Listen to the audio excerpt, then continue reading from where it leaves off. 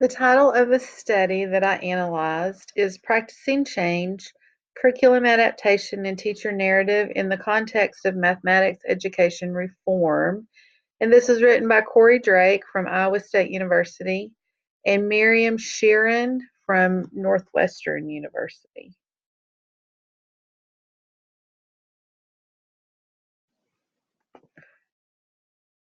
The study summary is as follows. A new reform curriculum is introduced to two urban elementary teachers. The paper examines the teachers' personal adaptations to the curriculum and how their experiences with mathematics, especially as children and students growing up, their perceptions of themselves as mathematics learners as an adult, and their mathematical interactions with their family members impact their adaptations of the curriculum.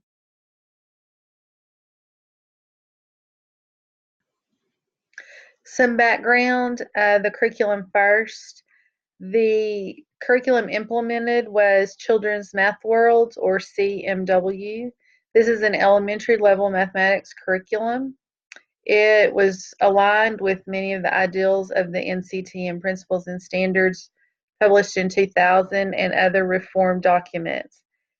The CMW explicitly addressed the first four of the six principles that we are studying in this class: equity, curriculum, teaching, and learning.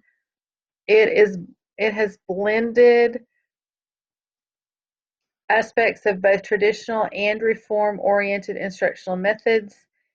It promotes the use of meaningful verbal, situation, and visual representations. It also promotes classroom discourse around problem-solving methods and multiple solution methods.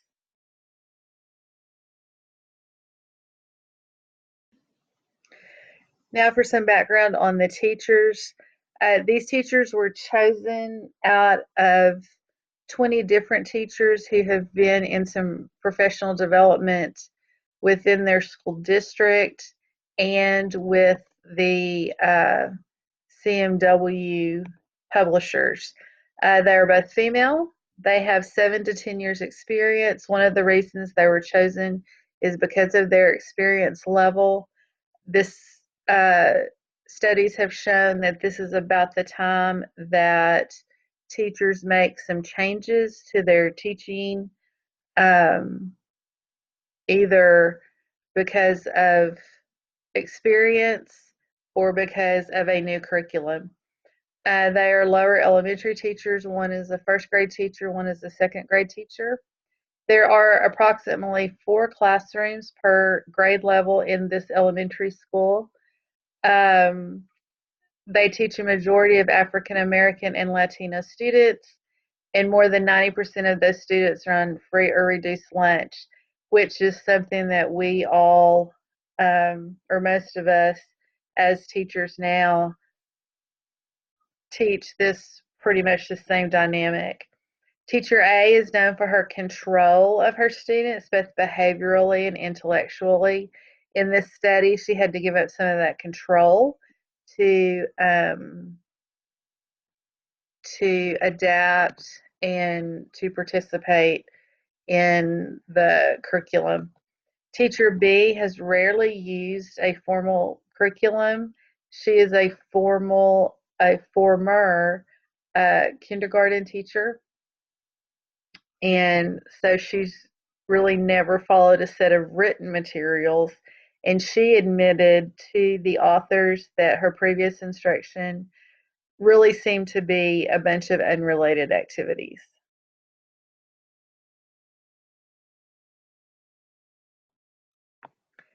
The framework of the study, as described by the authors, they played dual roles. They were professional developers as well as research. As professional developers, they helped teachers implement the curriculum and change their teaching practices. As researchers, they sought to understand the process of reform implementation from the teacher's perspectives. This is part of a larger study focusing on 2 particular areas: the role of narrative identity in the reform implementation process. That narrative identity is described by Clarendon and Connolly in 1998 that, quote, we came to see teacher knowledge in terms of a narrative life history, a storied life composition. These stories, these narratives of experience are both personal, so reflecting a person's life history, and social, they reflects that reflects the context in which the teachers live, unquote. Um, these personal narratives identify both the actions of individuals and frame their interpretations of information, and they wanted to focus specifically on their mathematic narratives and their mathematic beliefs. The other area is the study of teachers' uses and adaptations of the curricula. The use of these two areas will generate new understandings of the impact of teachers' identities on their day-to-day teaching practices in regard to mathematics education reform. One of the reasons that they use this narrative identity is this is also a typical research area in sociology, and they stated that they felt like they could make the case for including teacher narratives, mathematics narratives, and how it affects their teaching styles.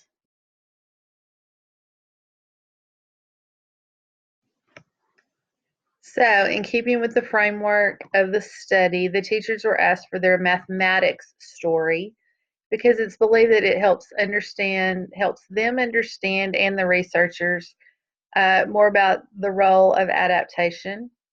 Their story focused on both as a learner and as a teacher of mathematics. This gives insight into their beliefs and knowledge about mathematics and teaching, but also into their history and the context of their beliefs and knowledge. The researchers used the teachers' stories to help make sense of the ways in which teachers adapted the curriculum.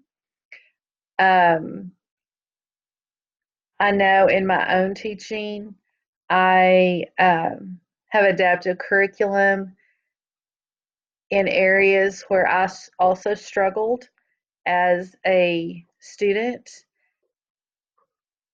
Both teachers had a turning point story in which they both had early negative and failing experiences, which in turn were redeemed and reinterpreted through their successful encounters with mathematics as an adult. This is fascinating to me because I feel like I have the same story as I would describe myself as a horrible math student, and I still chuckle daily almost thinking about the fact that I am now working on a master's degree with a mathematics emphasis.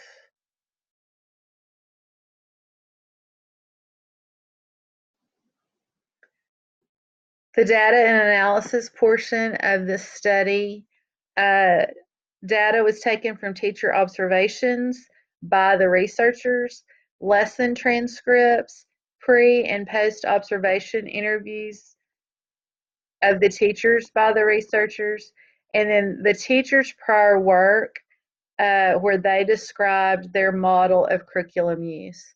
This was all transcribed and then it was coded according to what was observed and what was not observed, meaning there was some variability in the lesson elements. Perhaps they spent more time on a particular concept than on another concept, or changed a little bit of the lesson using verbiage or the materials or how it was presented. Adaptations from each lesson were compared to the written description of the lesson in the teacher's guide of the curriculum. So if they went off script, so to speak, and how that was presented to the students, these things were also coded. So in all, 13 types of adaptations were identified.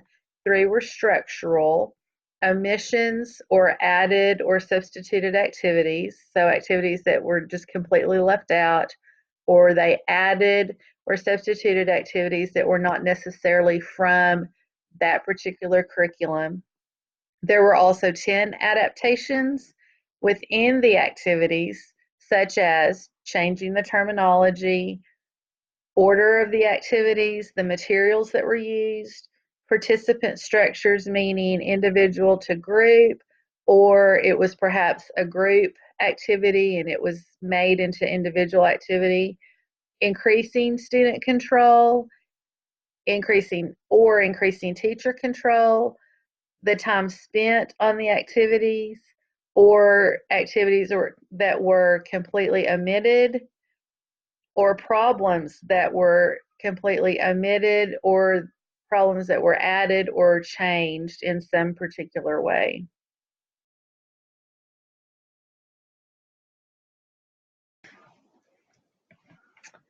The conclusions that the researchers have come to: although teachers had a model of teaching in their curriculum, their stories as learners and teachers influenced their approach to adapting the curriculum. One of the things that was mentioned was that they wanted to look at was how their family also influenced them. Both teachers stated that their own children were huge influences on how they approach teaching and adapting curriculum. The teachers were very different in their approach, but that was partly due to the fact that their mathematics narratives were also different. They were very thoughtful and reflective when making decisions about their teaching practices. They mentioned that not one method was better than another, or one teacher was better than another. The teachers were doing what they felt was best for their children in their classrooms. Again, both teachers had this turning point that the researchers, felt was instrumental in their approach. Also, they feel that further study is warranted to explore the connections between teachers' narratives and classroom practice. So there will be some more information coming out from this. Also, they wanted to expand the research into pre-service teachers going into their first years of teaching, and how their stories affect their approach to teaching and curriculum before they've had the opportunity to be influenced by other teachers or curriculum. I find this fascinating because I feel like I've got some personal insights into this, so I can't wait to see what else comes out of this.